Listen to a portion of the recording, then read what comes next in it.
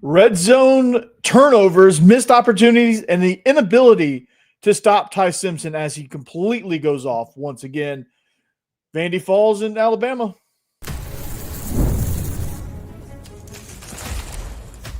You are Locked On Vandy, your daily podcast on the Vanderbilt Commodores, part of the Locked On Podcast Network, your team every day. What's up, everybody? Welcome into a live version of the Locked On Vandy podcast on the Locked On Podcast Network. I'm your host, Corey Burton. Thanks for making us your first listen each and every day. Thank you for checking us out. We're free and available wherever you get your podcast and on YouTube as a part of the Locked On Podcast Network, your team every day. This episode is brought to you by Mazda. Like our players, we sweat every detail because when you make every move count, pulling off the unexpected is only the beginning. Stay tuned later for highlights in this week's Moving the Game Forward. Mazda, move and be moved. So, tough game tonight, or this afternoon. Tough game in Tuscaloosa, especially with the start that Vanderbilt got into, running the ball extremely well. Had a chance to go up 14-0 and leave the Alabama fans befuddled. But that wasn't the case. Diego Pavia fumbled. Alabama gained momentum. They never really relinquished it. Ty Simpson went completely off. And after all of that, Vanderbilt still had a chance to take the lead late in the game. Diego Pavia throws an interception. Guess where? In the red zone, getting ready to score after making an unbelievable play on a third down leading up to that. So just an overall tough day for Vanderbilt. Couldn't really stop Ty Simpson. I'm not sure that anybody really can, honestly. He's one of those players, and he had one of those performances that you just kind of have to just tip your hat to, right? I mean, he went off. I mean, he was picking this defense apart. He had, the offensive line gave him time. When we did get pressure, he could escape and find open guys.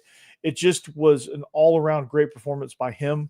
And Jan Miller rushed for over 100 yards. The final score is 30-14 in case you didn't know. But, man, they were great on both sides of the ball. They played like the Alabama team should play, right? They played like Alabama. They hadn't – it was debatable whether they were ever going to get there after Florida State. You had some – Ty Simpson had some really good games. He had a really good game against Georgia.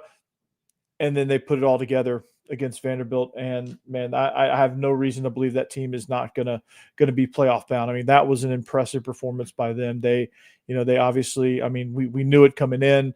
I knew it coming in. I still called my shot. I believed in this Vanderbilt team. It was never about Alabama and me thinking they were trash, because that was never the case.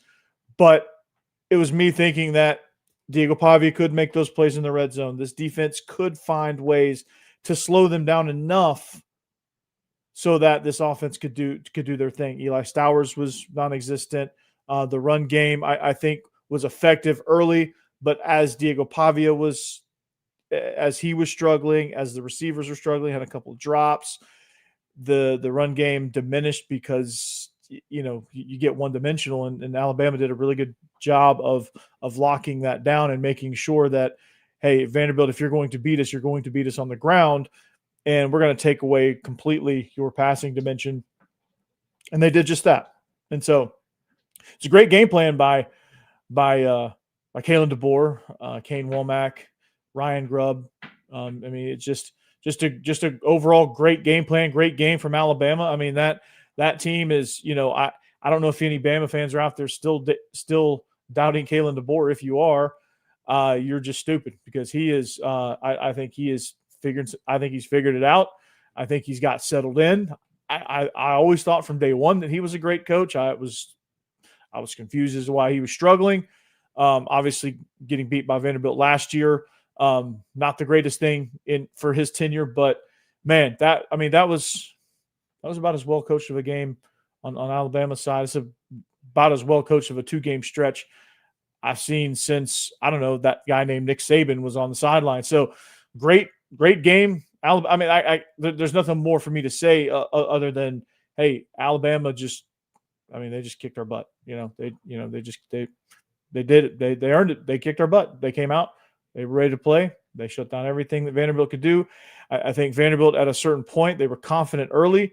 that turnover, I honestly, the psychology of it, I honestly think that turnover shook him up. So, Paul, yeah, both sides of the line got whipped today. They just weren't ready. I mean, early on though, Paul, I mean, it looked like, first drive, they bust a run off for 65 yards after an interception, score, and I'm thinking, okay, all right, we're come ready to play. Second drive, get it all the way down there, right? Or the second chance we get all the way down there and fumble. And that's kind of where it turned. That's kind of where the game started getting worse and worse and worse for Vanderbilt, because I think from that point on, Ty Simpson was heating up. He was doing his thing. He was making sure he's completing passes left and right. It just wasn't really much stopping him. I mean, he was 23 of 31. There was a couple of drops in there. That would have been 25 for 31 had those drops been caught.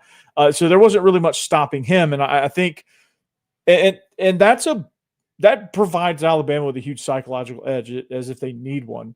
That is something, when you look at this team, you got a guy over there completing passes at that clip. I mean, you just naturally panic as an offense. I think Tim Beck panicked as an offensive coordinator. It's the first time I've seen him panic like that. Maybe a little bit in the South Carolina game last year, but for the most part, that's the first time I've really seen him panic and not really have anything that he could go to. And that 3rd and 1 call, all you got to do is snap the ball to Pavia and just send him straight forward. He can, or get under center and sneak it, or all you needed was 6 inches there. You just need a half a yard. And it was, that play call baffled me a little bit. But overall, I mean, it just, and I know I've been confident all week. I know I went on Locked On College Football, went on, College Football, Amazon Fire TV College Football Kickoff. I went on Herb and Raj. I went on, I crossed over with Luke and Jimmy at Locked On Bama. I mean, I called my shot everywhere everywhere that I possibly could. I thought this team was I thought this team was above that a little bit, and they weren't, and it just, it happens. That's part of football. That's part of turning the ball over. That's part of playing in the SEC in those environments. Like Vanderbilt was this close to taking that crowd out for a long time, if not the rest of the game. Like if Vanderbilt puts that across the goal line, I mean, that's how thin the margins are. If they put that across the goal line, I'm probably sitting here talking about how they've won 2 in a row. It's the first time they've beat back, it's the first time they've started 6-0 since 1928. It's the first time they've won back-to-back games ever against Alabama. First time since 1984 they won in Tuscaloosa. I would have been saying all of that. But he fumbled. The crowd got into it. The atmosphere crushed this Vanderbilt team. And that's the thing you can't do. You can't turn it over in the red zone. You just cannot do it. And you had a couple of penalties. You had some drops. You had a lot of things that helped the crowd out. And you can't do that in this environment. You can't. And yes, kudos to you. I'm serious. Like that was a great game plan by Alabama. But you cannot help a guy like Ty Simpson. He doesn't need help. He could have done that without the help. But you turn it over twice. That's what happens. But the good, honestly, the good thing is, the good thing with this game is also like the good side of it. And I'm not one to talk about moral victories, because moral victories it's still a loss. But I think Vanderbilt, outside of Diego Pavia, love him, hate him, whatever, he is what he is. Outside of that, I mean, I think this team earned a lot of respect, the way they played. I think they hung in there, went toe to toe with Alabama, and they proved that, hey, this team is no fluke. You had to take your best shot to beat us, and you did. And this Alabama team, if I'd be surprised if they didn't make the playoff. I really would. I don't know what it's going to take for them to not make the playoff, but hell, they might win the league this year. Like that this team is starting to kind of elevate a little bit. And we'll see next week against Missouri. That's a tough test as well for Alabama, but I have no I have no qualms with picking Alabama to win the SEC championship at this point. I mean, that performance, Ty Simpson, again, I wasn't sure if he was going to be that efficient again, and he was. So,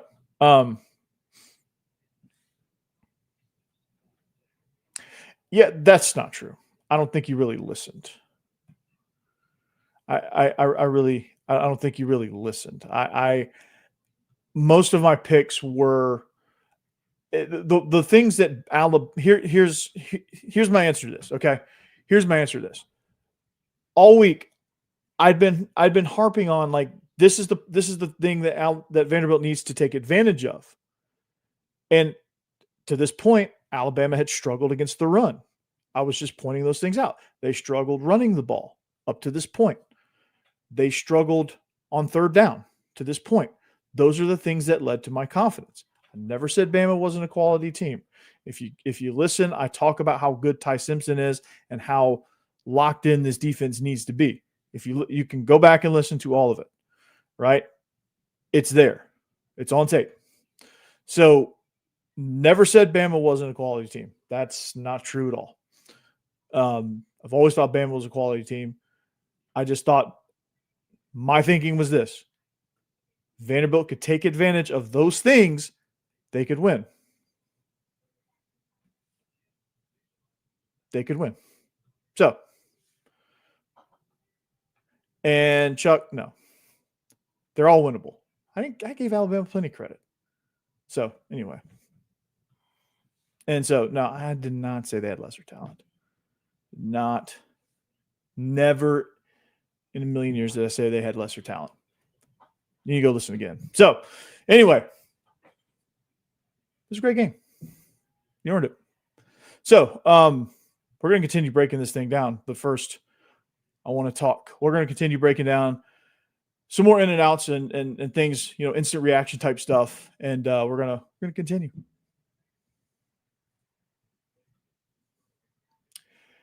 First, I want to talk about Mazda moving the game forward because guess what? For those who believe it's not just about playing the game, it's about redefining it. There are moments that do more than put points on the board. They move crowds, they move culture, and they keep moving the game forward. And this week's moment that moved the game forward is this. And it moved it forward for Alabama. And it's when Diego Pavia was, when he was stripped of the ball early, I think it was early in the second quarter, getting ready to score again. And he fumbled. And then Alabama, I don't think, really looked back after that. They had some moments. They never really looked back. They were always in control after that. That's where they gained control. And I don't think they really ever relinquished it. So and Ty Simpson, again, 23 of 31. He's got to be the front runner for the Heisman, honestly. So when you follow what moves you, the unexpected is only the beginning. And just like there's more to every highlight, there's more to a Mazda vehicle. Mazda, move and be moved. Also, DoorDash. I know everybody loves DoorDash. And it's almost the weekend. Time to look back and crown this week's MVP on Who Delivered, powered by DoorDash.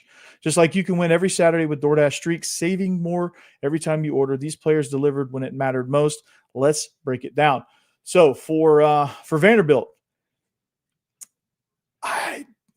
Cedric Alexander, he delivered in a big way early. Unfortunately, it didn't result in a win, but that 65-yard touchdown showed that he does have some home run ability. So that kind of surprised me. I didn't know he could. Against the talent that he was doing that against, he broke off for 65 yards. That was an impressive play. And when the pressure was on, he came through, no hesitation, no delay. And if you've been watching week after week, it's hard to say this performance wasn't a fluke. But Cedric Alexander had a nice game. He's not really on a streak, but he had a nice night. And just like Cedric Alexander delivered in that moment for Vanderbilt, DoorDash delivers your Saturdays with DoorDash Streaks. You save every Saturday you order, stack it up all season. You can save up to $250, including $100 in DoorDash credits. Order this Saturday. Keep the streak alive. Fuel your game day only with DoorDash. Terms apply. Promo period good through November 18th.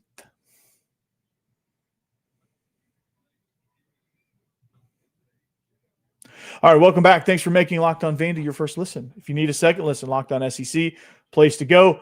This bye week couldn't come any any sooner, man. It's time to regroup, man. That's really the gist of it. And Chuck, why don't you guys bring Johnny Manziel to every game and let him get all up in Pavia's head? I don't understand. Yeah, I don't understand that move either. I mean, I guess they're friends and he wanted to, but that I was a little leery of that. Like, that's when I think, when I heard about that, I was like, oh, okay, sure, it's part of the circus, but obviously that was not a great move. It happened late in the week, and I really didn't get a chance to talk about it, but I was just like, okay, whatever. It's just part of the circus at that point. But that wasn't a good thing. But going back to this point, man, like, I didn't say Alabama was a bad team. I said if we get past Alabama, looking forward, that the rest of the schedule, the games are winnable. And you can't tell me Texas, they struggled mightily against Florida. Mizzou's a great team, and they'll give people fits down the stretch. And Auburn's bad, Kentucky's bad, and Tennessee they're not invincible, is what I said. I said if we can get past Alabama. Now, we didn't get past Alabama unscathed, so we'll have to win the rest of the schedule, maybe still have a shot. I don't know, but maybe we can win the rest of our games and we can meet back up, right, Chuck? That'd be a lot of fun. So,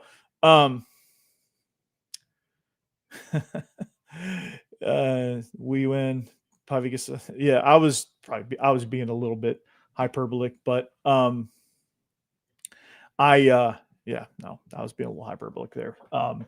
That's just me being whatever. So,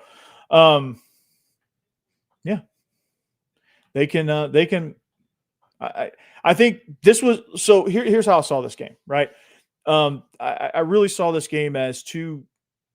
Coming into it, it was two great teams, two ranked teams, top 20 matchup, and it just, I felt, again, not to be on a repeat here, but I felt like Vanderbilt's strengths and Vanderbilt's deficiencies. I thought their strengths could overcome their deficiencies, and they matched up with Bama's deficiencies, and Bama's strengths match up with Vandy's deficiencies, and Bama's strengths won over Vandy's strengths. Like, that's how that game exactly played out. So,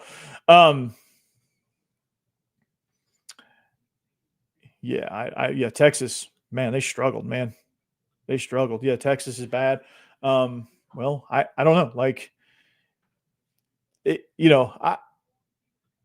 think Alabama's going to roll Mizzou next week. I thought that before. I was like, oh, I don't know about Mizzou. But yeah, let's talk about this game though. Here's kind of my takeaways there. Offensively, moved the ball great overall. Run game was strong early.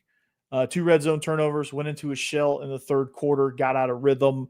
I thought we fought hard in those areas, but again, it wasn't enough. It wasn't enough. I thought there were some baffling play calls in there. Like, I certainly didn't play to the level that we were capable of playing. And it was certainly, it is up front. Alabama, they played well. Defense got picked apart badly. Cover 2 was probably a coverage we didn't need to be in. Ty Simpson had an easy time. Got an interception early, but he had an easy time pretty much the whole game. Jay Miller ran all over us. They and Bama possessed the ball. They played Vandy's game. They possessed the ball. They ran it down our throat with Jay Miller, and Ty Simpson picked us apart. I mean, the defense just got totally put in a blender. And then overall, they still have a lot to be proud of, honestly, but they started strong, costly mistakes, especially in the red zone, got outplayed. Pavia got humbled, obviously. You can't, those are the immediate takeaways. And I'll continue, and with the bye week coming, we'll break all this down and how Vanderbilt can learn from these experiences and how they can learn from going on the road and playing in that atmosphere. And I really, the one thing they couldn't do was in my keys to the game, they could not let the environment get a hold of them, and they did. And this program still has a lot to play for, and this program still can elevate to levels that they've never dreamt of at Vanderbilt. But honestly, you have to win. You have to win games like that, and the mistakes you make are very, very costly, and it's that's what it is. And we'll pull this point back up. Yeah, they're bad until you have to play them and can't beat them.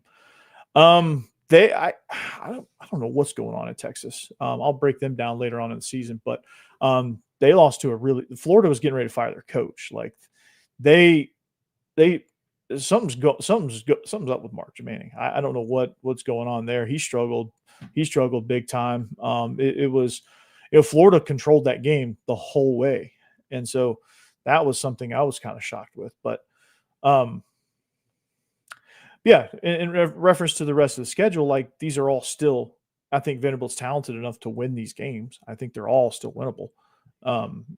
And so that's kind of where I'm at. So I will do this. I will give Bama. I will give Bama credit. I will do that. It was a great game, and hey, Bama's Bama.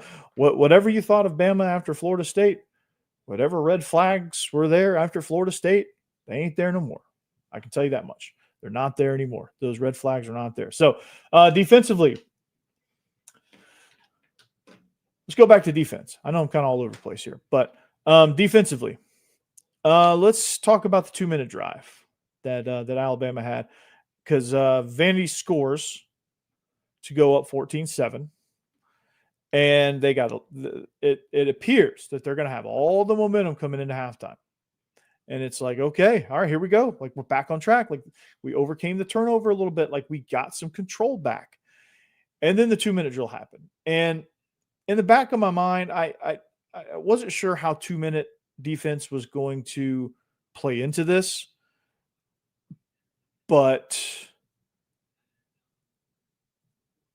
watching them against Utah State was concerning. How easily Utah State rolled down the field in 2-minute right before the half and put a touchdown on the board. Alabama did the same. Like it was just bam, bam, bam, bam, touchdown.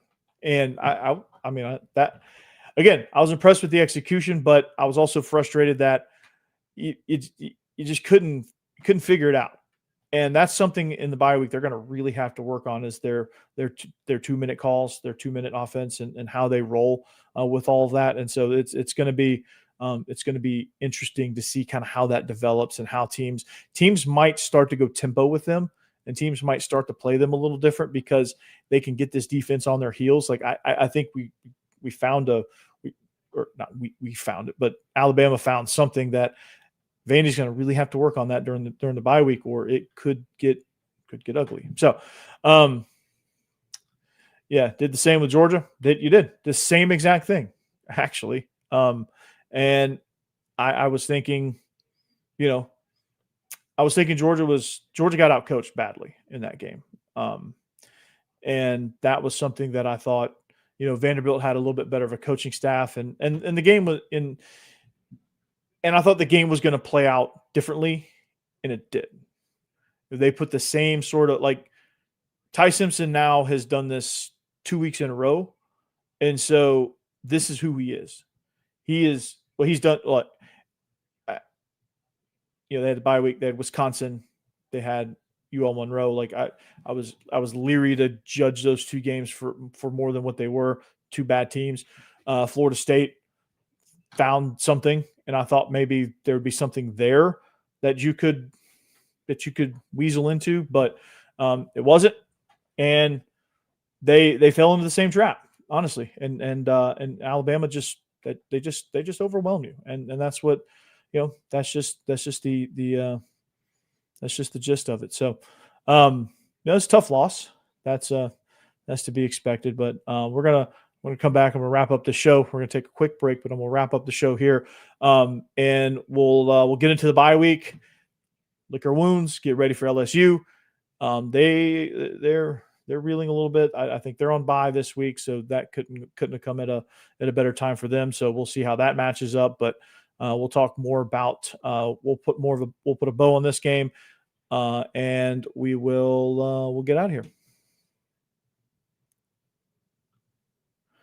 But I can't get out of here without telling you about Peloton, right? Have you I wish they would send me one. That'd be great. I could really use some Peloton stuff, right? Really use some. I could really use something to get in shape, like get these muscles going. So Peloton is shaping the future of fitness with a brand new Peloton cross-training Tread Plus powered by Peloton IQ.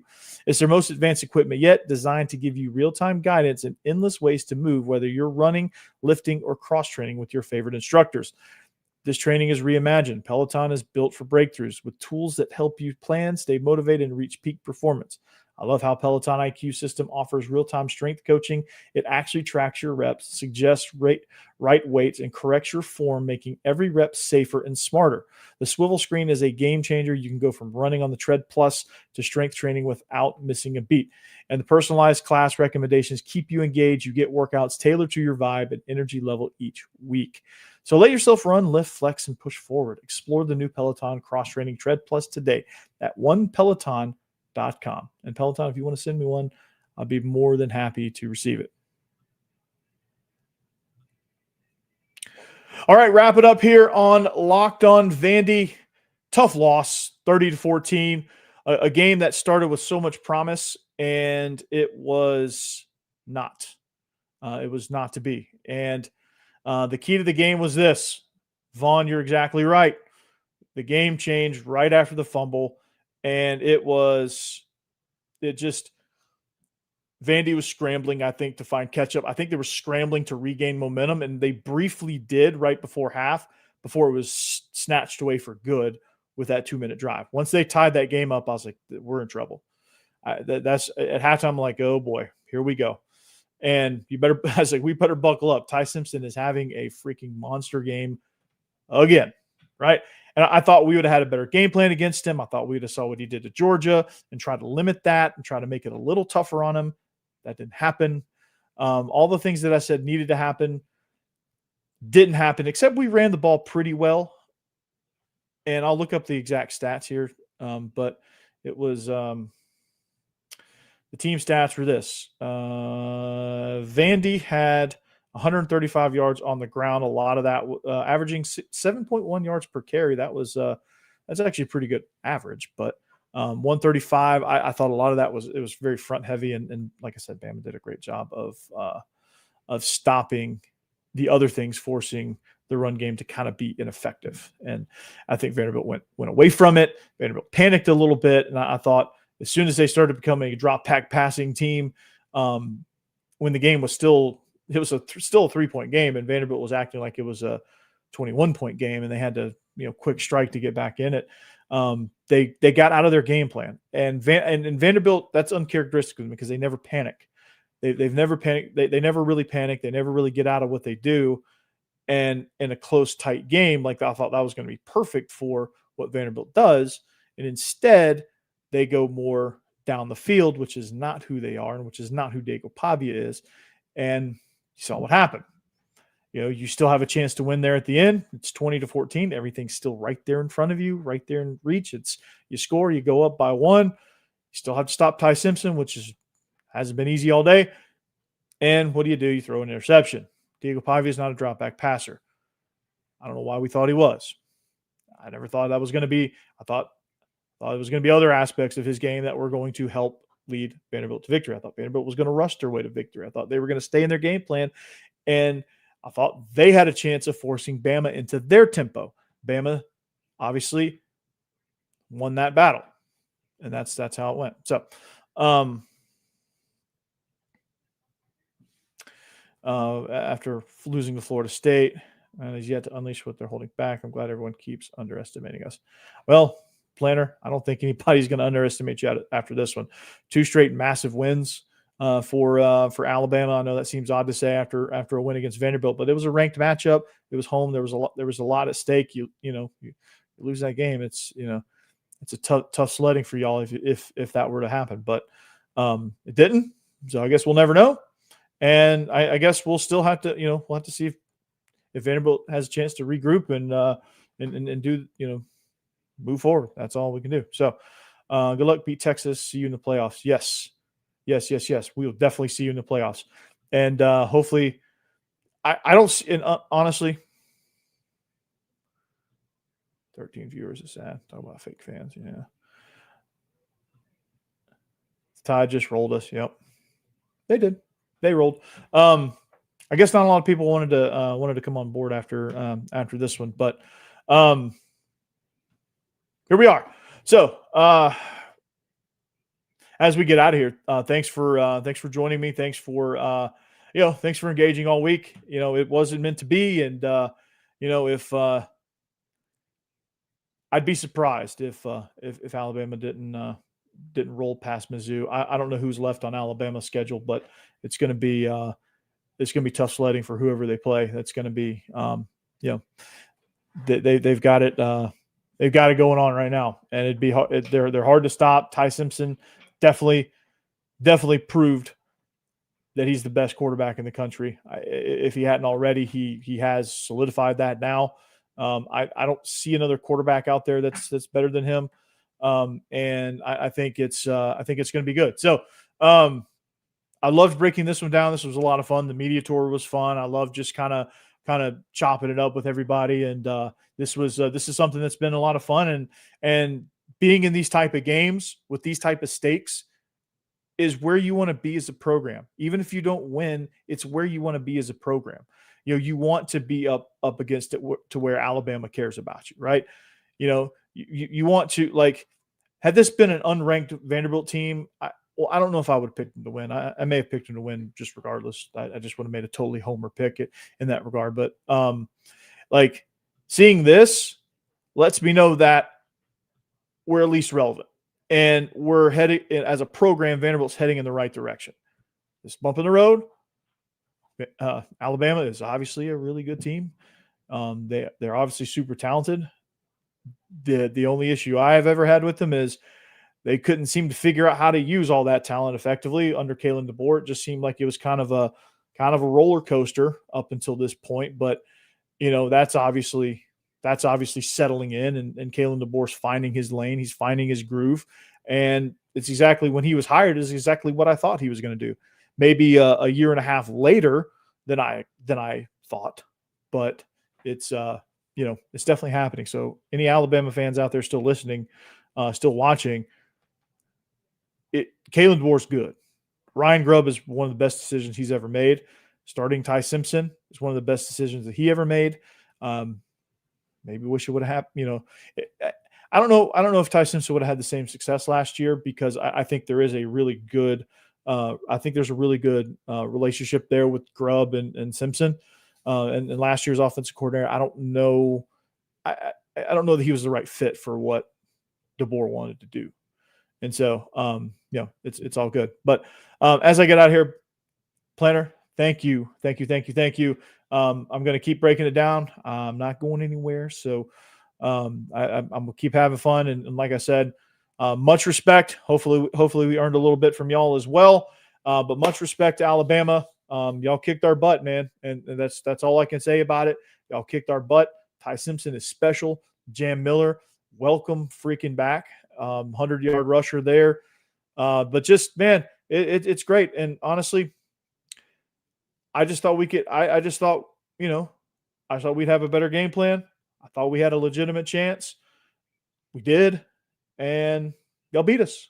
And then that's all there is to it. So hopefully everybody comes back, and we'll get it there. But until next time, I'm gonna break this thing down more in depth on the next episode, on Monday's episode, and then we'll do some bye week stuff. Get ready for LSU the next week, and we're just gonna keep this thing trucking along, man. And appreciate all you guys. Anchor down. Peace.